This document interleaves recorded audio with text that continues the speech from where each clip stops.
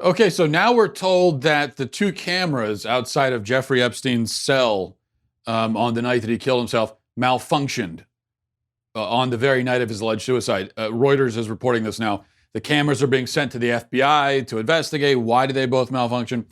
I'm not sure why they're being investigated. I mean, there's nothing suspicious here at all. This is very. I have been repeatedly informed that it's ridiculous and irresponsible to engage in conspiracy theories about this.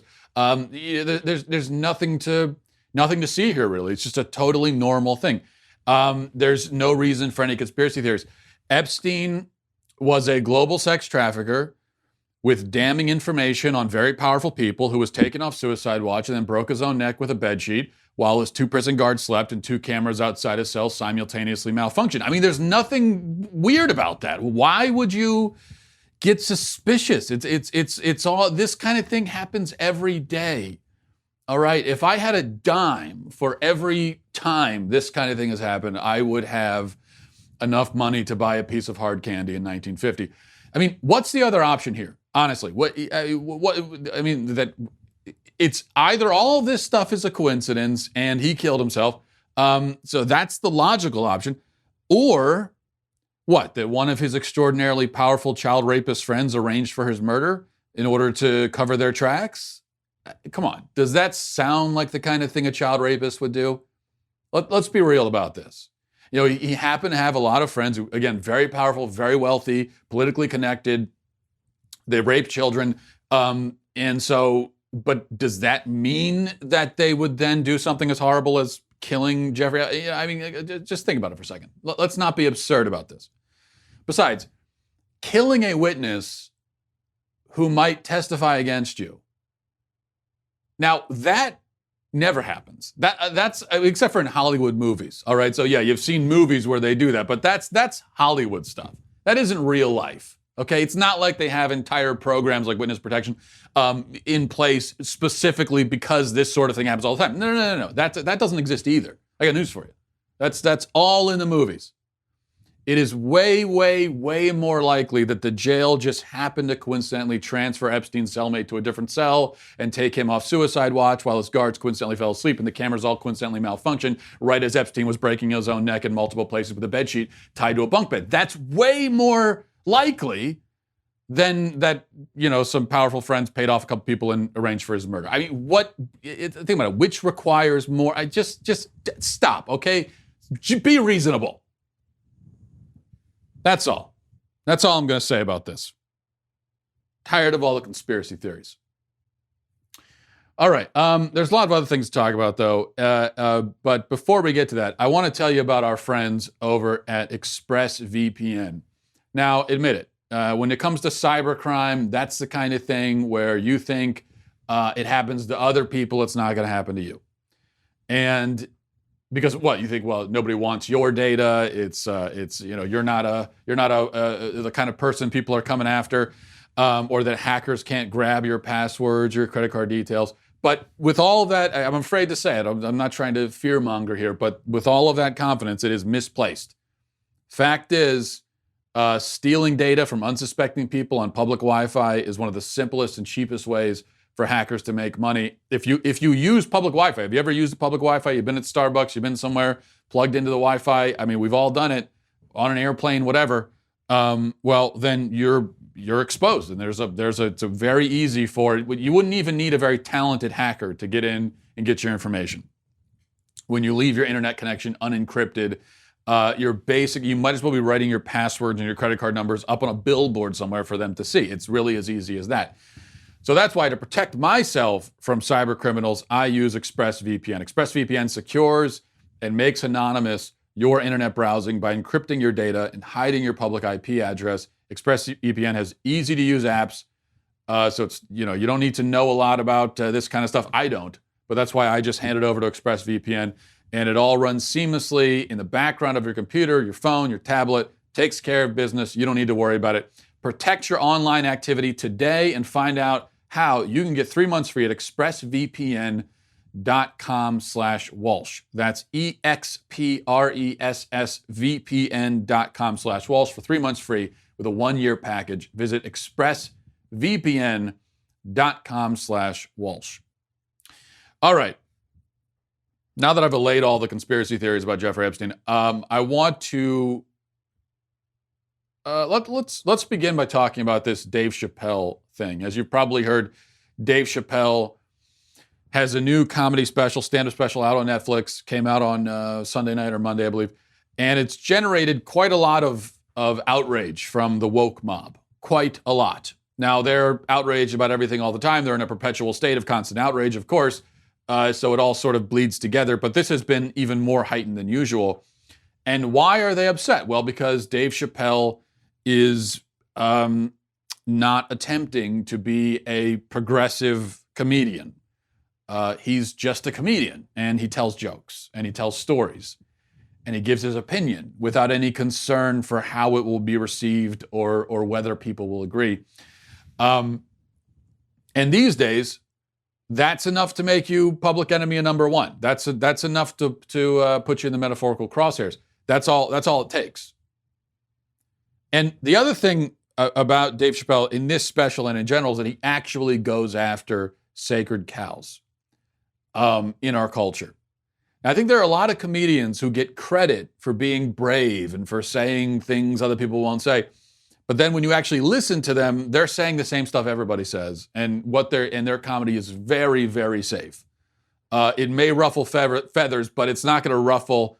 It's going to ruffle the right people's feathers. In other words, it's going to ruffle the feathers of people who can't do you any harm.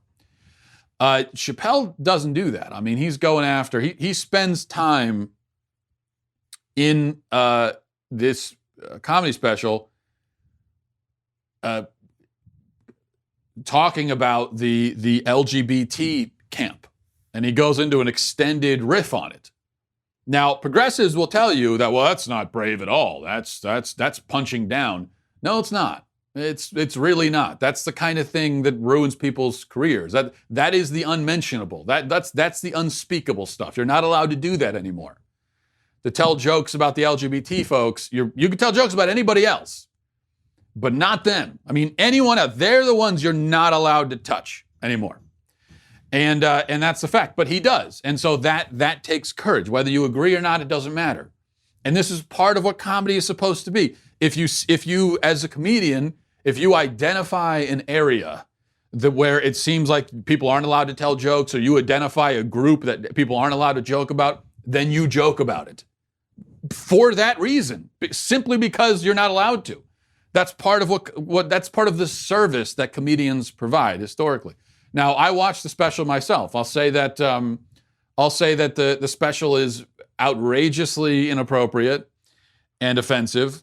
He makes a number of very off-limit jokes. The humor is very dark at certain points. He jokes about things that you're not supposed to joke about. It can get very morbid at other points. And it's also hilarious, and it's brilliant. And I think that it's the most important comedy special of the last 20 years, easily.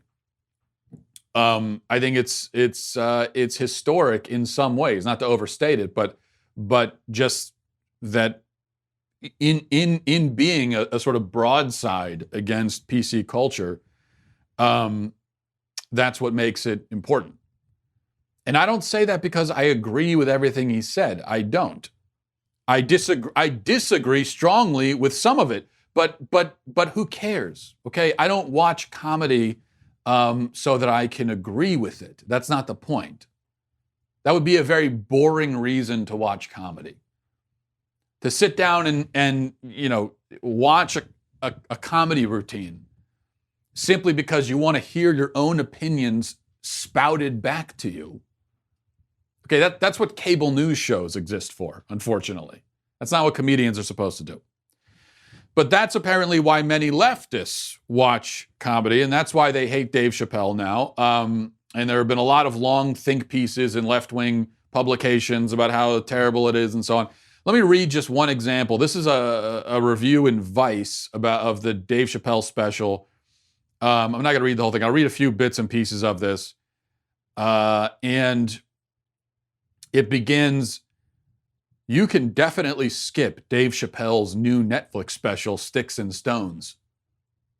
So we're giving thankfully, Vice is giving us permission. They're saying you can skip this one. Not just you can, you must. This is permission, but also an instruction.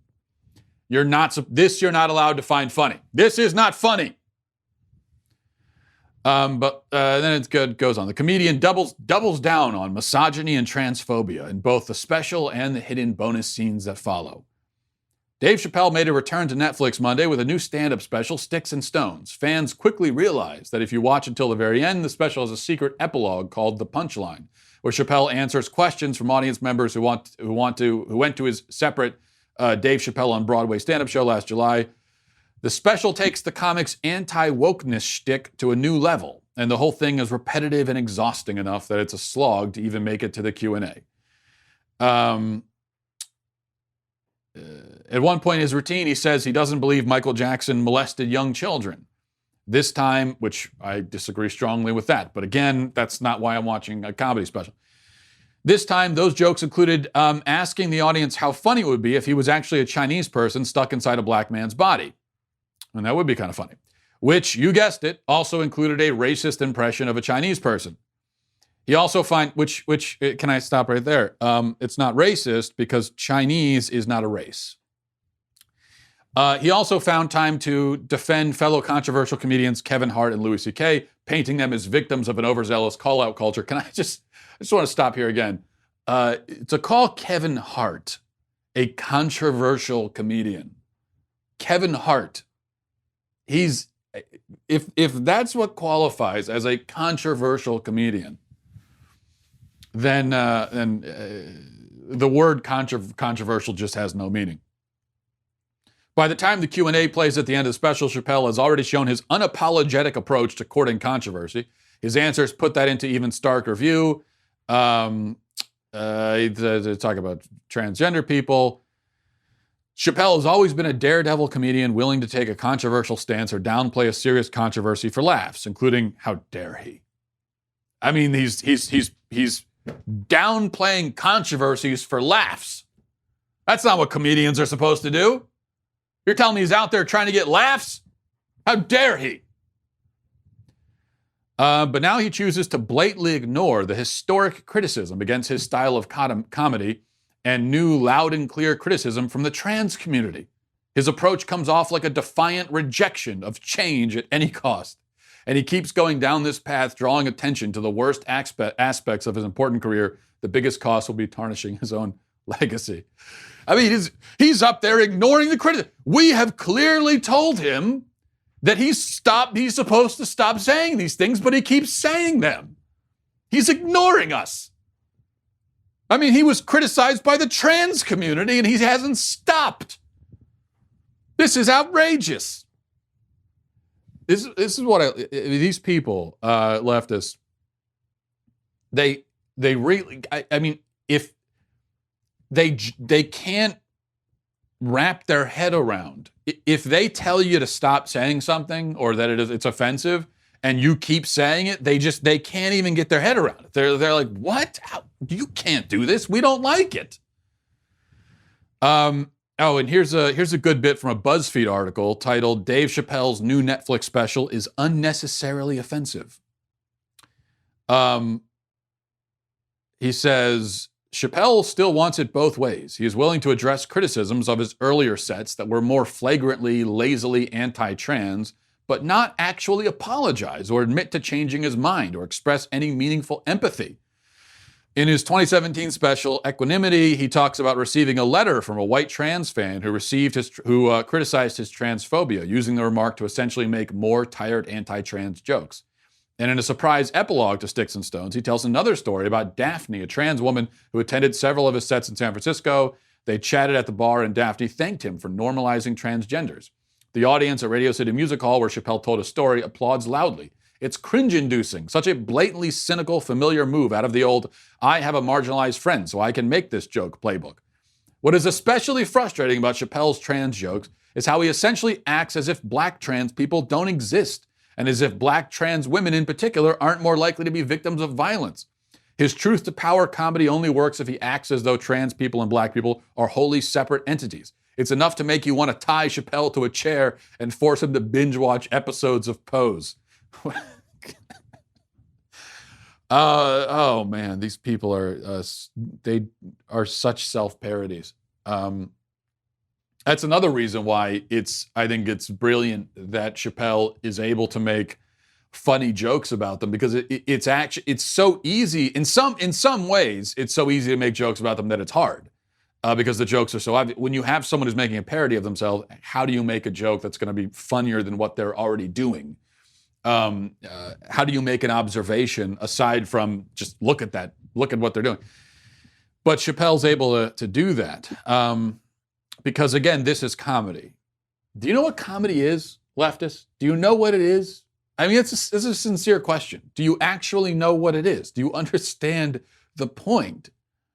A lecture about trans inclusiveness, which is what both of these articles seem to want, would not be very funny. Now, whether or not we agree with it, it wouldn't be funny. It's just not, it would be like if I got offended that Chappelle wasn't up there preaching about how Jesus Christ is our Lord and Savior. Now, I believe that he is our Lord and Savior, but that's not comedy. It wouldn't be a funny thing for him to do. So it wouldn't make any sense in the context. Now, left-wing gender theory, as it happens, is a ridiculous thing. And so there are many jokes to be made about it. And that's why he makes the jokes. And the fact that everyone in society pretends to take it seriously means that those funny things should be pointed out, because that's what comedians are supposed to do. That's the job of a comedian, to tell jokes. And again, especially if the important comedians are going to tell jokes about things that you're not supposed to joke about. Meanwhile, a lot of people are talking about this bit from Chappelle's special, as I just put it. So let's take a look at this. I'll be real with you, and I know nobody gives a f what I think anyway. I'm not for abortion. Oh, shut up.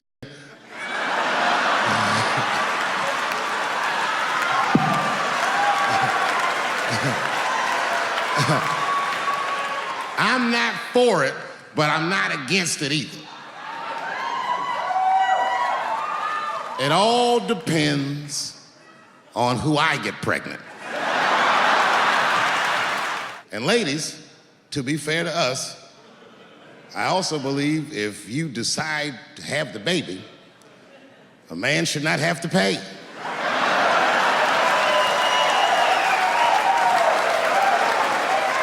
That's fair. If you can kill this motherfucker, I can at least abandon him. It's my money, my choice.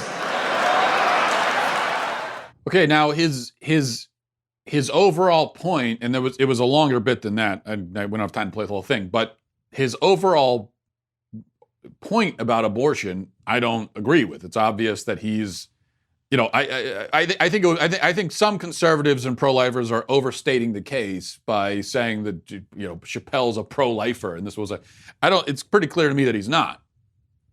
But he does take the pro-abortion argument to its logical conclusion, and he points out a very important inconsistency in the pro-abortion position, which is that, look, and I've made this point myself many times, though I'm not Dave Chappelle, so nobody cares. But if we're saying that a mother has no duty, has no responsibility to her own child, if that's what we're saying, and that is what the pro-abortion people are saying. And this is one of the reasons why I think on the pro-life side, one of our main arguments should be it's not even right to life. The baby has a right to exist, although the baby does have a right to exist. But I think in some ways the more important argument to make is about the responsibility of the mother. So we could talk all day about rights. What are rights? And rights can sometimes be even more abstract, more difficult to pin down, especially these days. It's become a sort of muddled concept, and everything is a right these days. But responsibility, that's different. And the basic concept that we as parents have a special responsibility to our own child, that's a concept that it's very clear. Everyone understands that. Nobody disagrees with it, actually, in principle.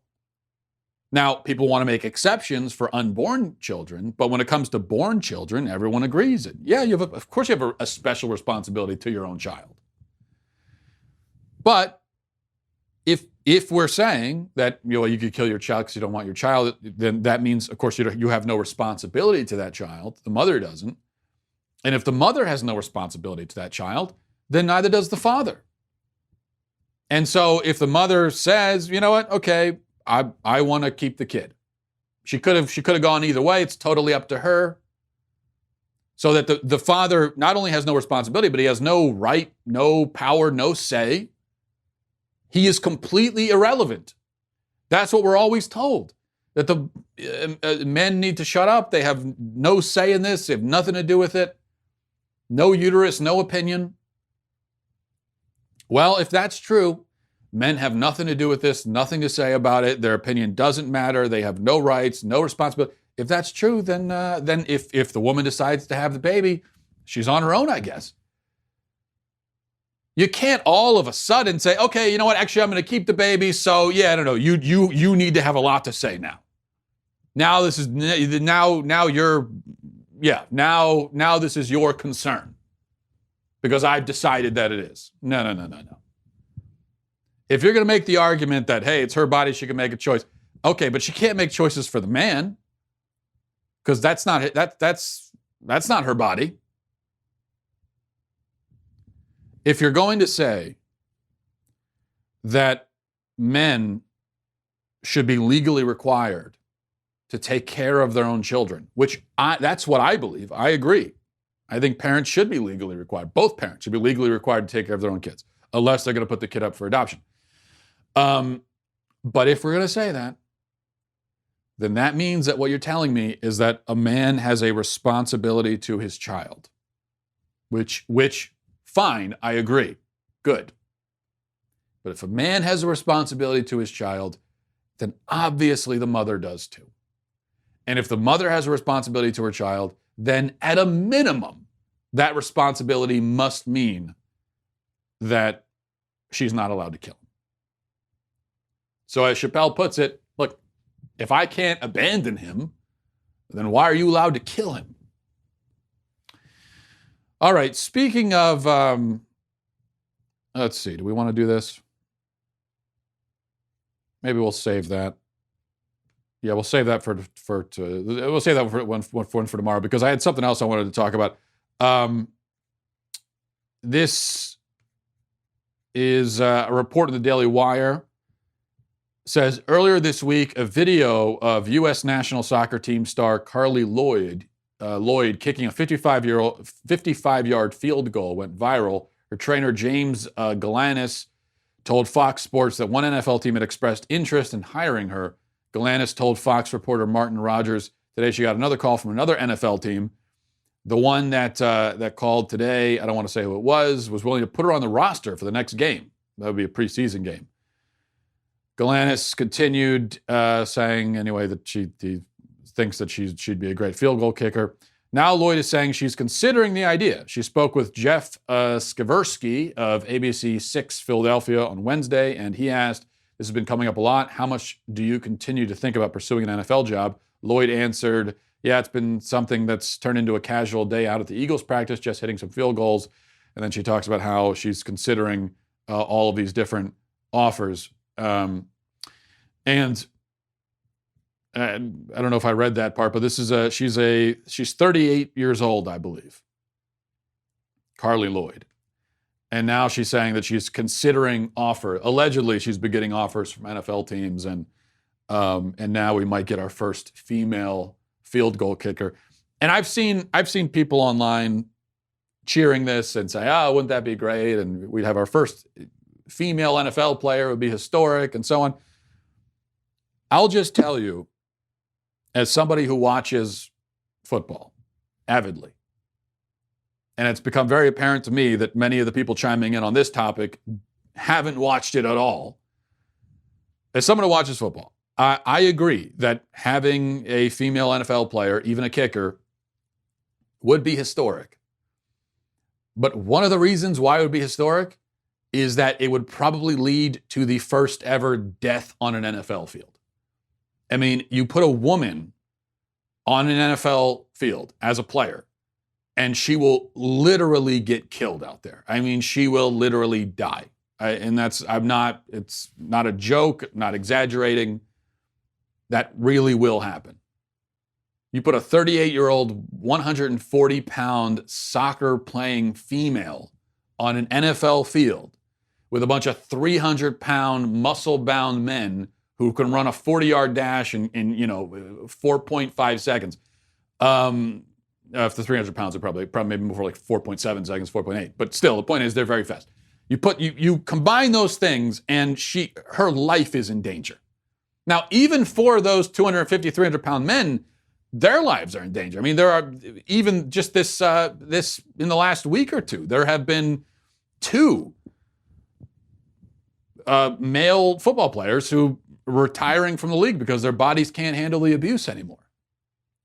These were all-star players, Gronkowski and Andrew Luck. So you put this woman on the field. I mean, this is such a terrible idea.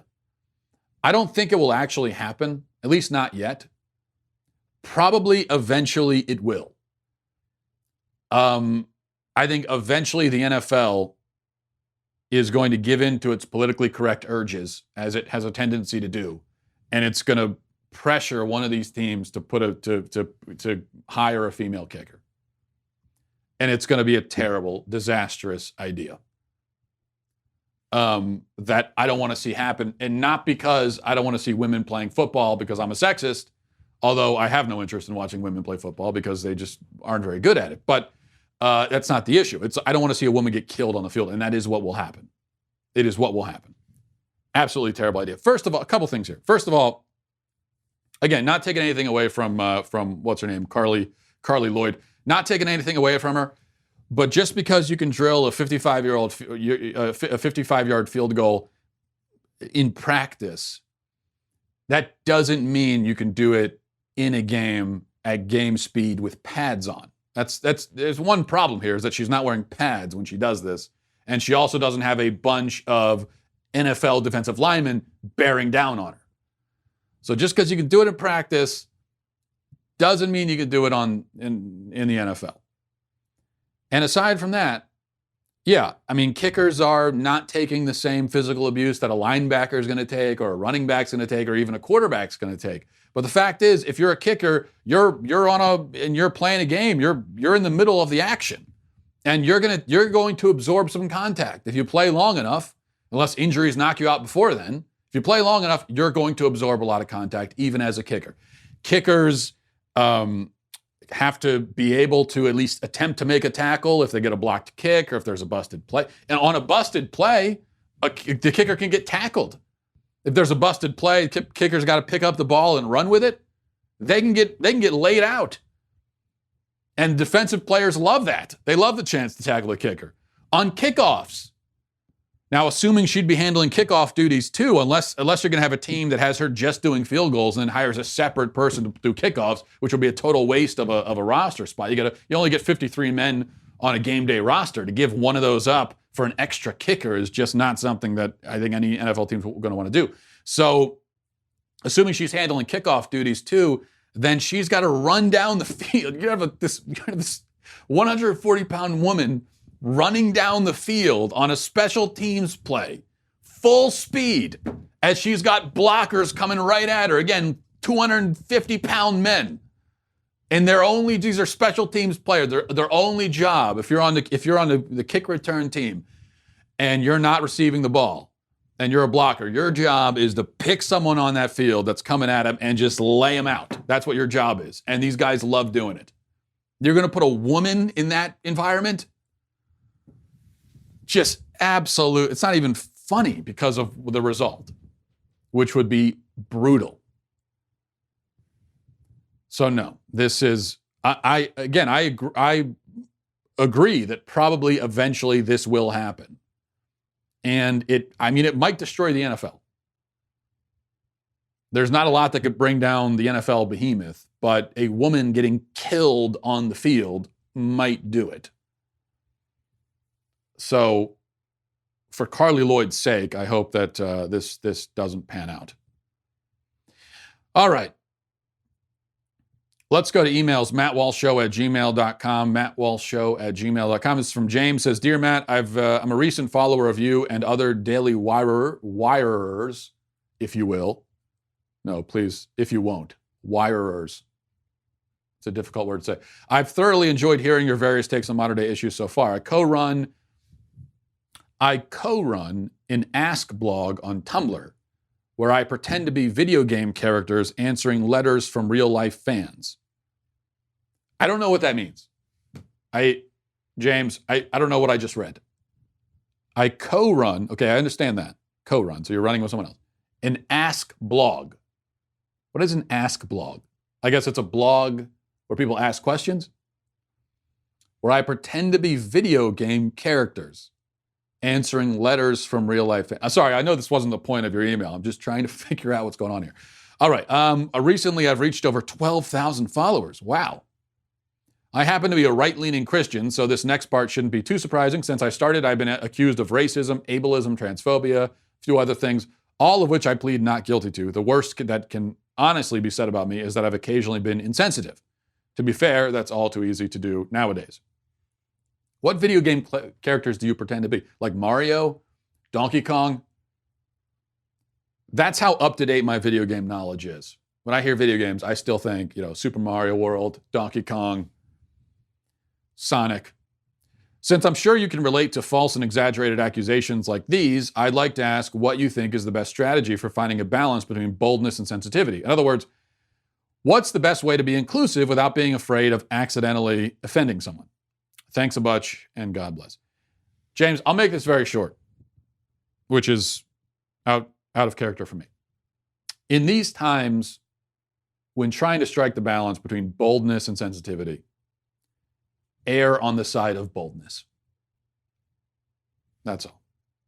This is from Thomas. It says, Hey, Matt, glad you got a vacation in. As an avid angler myself, I was curious when you said you went fishing on a lake, what species were you targeting and how did you do? I'm partial to inshore saltwater fishing myself, but I do like to fish wherever they're biting.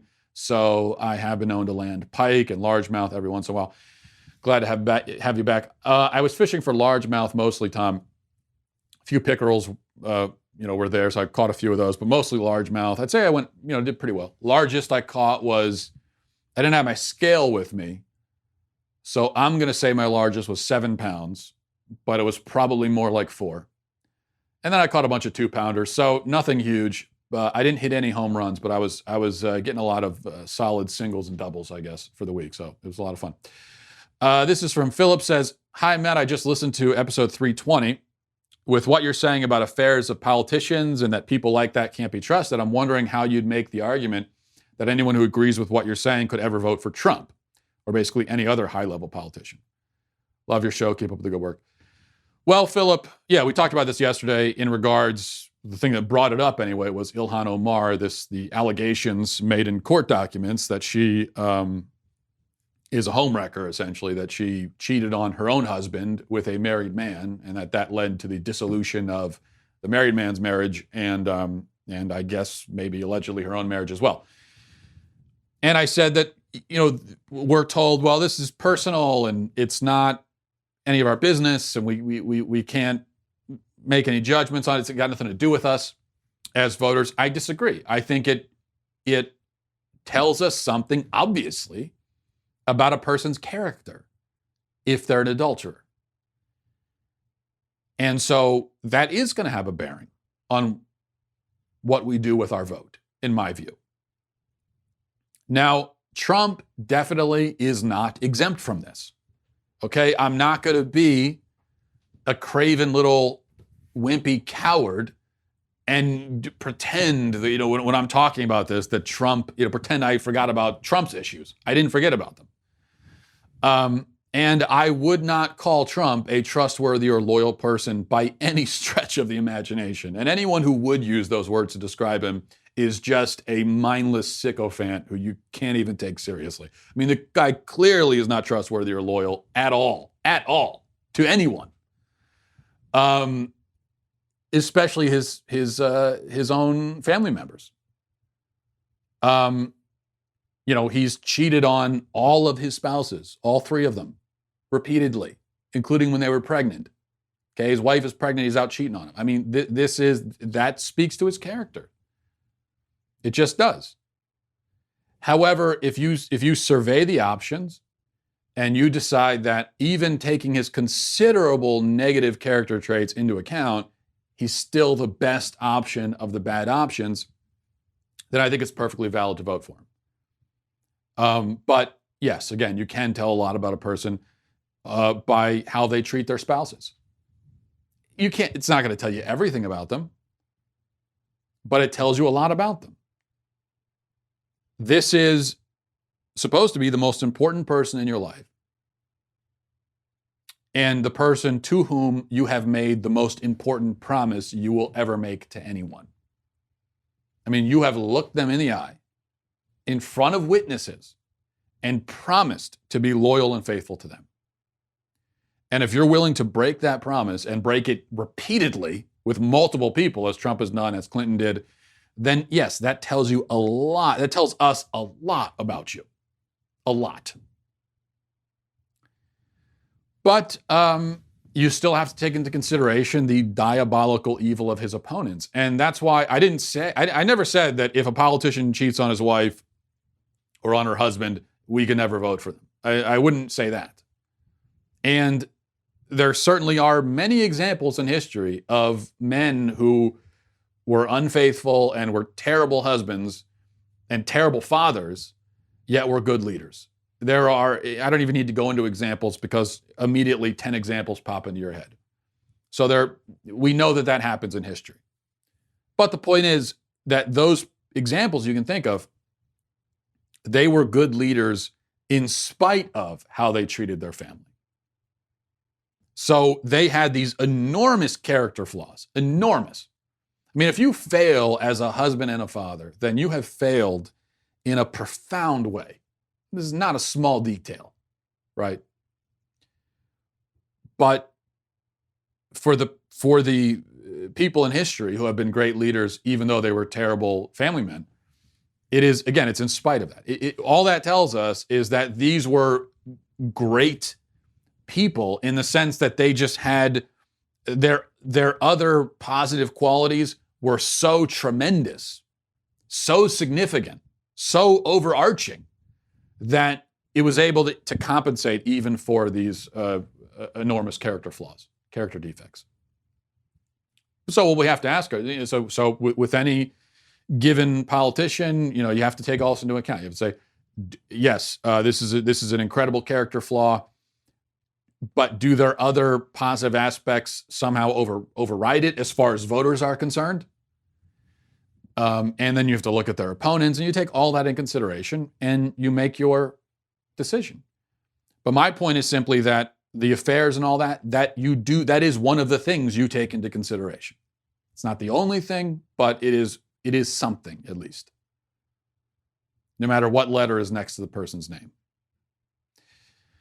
This is from Lindsay, says, "Hi, Matt, you talked about kids napping yesterday on your show. I've always wondered why kids hate to nap so much. I love it as an adult, though I rarely get the opportunity." Yeah, I think this is one of a bunch of areas, Lindsay, where kids have the right idea, really. Even though I agree with you, I think kids have the right idea. I think they probably have a better attitude about it, even though it's annoying and I can't relate to kids not wanting to nap. Like my 2-year-old, my 2.5-year-old, he loses his mind every time it's time for a nap. Every day when it's nap time, he just loses. We go up to him, you tell him, "Okay, buddy, time for a nap." And he reacts like a man who's just been sentenced to death. It's like a man in a courtroom who's been sent to death row. He literally, falls to the ground on his knees and throws up his hands like, no, no. That's what he does. Please, no, don't make me, no. And I've tried to explain to him, like, buddy, we are bringing you to a cool, dark room quiet room, where you can relax for as long as you want, in peace and quiet. Nobody will disturb you. In fact, extraordinary efforts are going to be made behind the scenes to make sure that nobody disturbs you. My wife, when it comes to, keeping people away from the napping baby and keeping people quiet, she's like a ninja. If you walk by a room where a kid is napping and you even cough, my wife will like rappel down from the rafters out of nowhere. It's like, shh, baby's sleeping. So that's what is going to happen. I'm trying to explain this to him. This is what's going to happen just to make sure that you get peace and quiet. Do you know what I would do for that? You can relax as long as you want without being disturbed. Do you realize how long it's been since I could relax for as long as I wanted without being disturbed? I'll tell you how long it's been. Okay, we started having kids 7 years ago. It's been 7 years. That's how long it's been. But he doesn't get it. And here's my point. Maybe he's right not to get it. I mean, can you imagine loving being awake so much, loving life so much that you treat sleep like it's death itself? I mean, can you imagine just being so enthralled by existence that you never want to close your eyes even for a second? That you break down into tears and are traumatized by the thought of just having to lay in your bed for a couple of hours. That you're that excited about everything and you just want to be awake all the time. Can you imagine having that attitude as an adult? I can't, because as an adult, it's exactly the opposite. You spend the whole day just longing to go to sleep again. You wake up, you wake up in the morning. What's the first thing you think? It's like, oh, I can't wait to go to bed again. It's the first thing you think. But my kids, they wake up and they're just like a rocket ship. They wake up and half a second later, they're just running around the house. They wake up and they're my son, okay, my oldest son, he wakes up singing.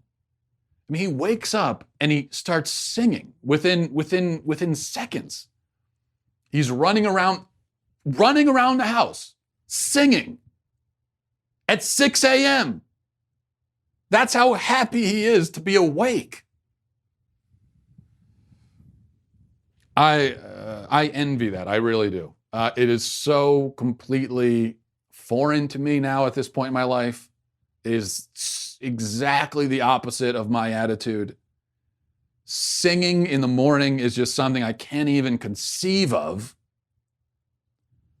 But that's kids. So yeah, I think, and that's one of the hard things about being a parent, is that there are so many things with kids where they sort of have the right attitude, really, but you have to break them of it anyway, you feel like. So my kids hate going to sleep. They love being awake, but they got to go to sleep. They got to take naps. They got to sleep at night. And so I have to break them of that.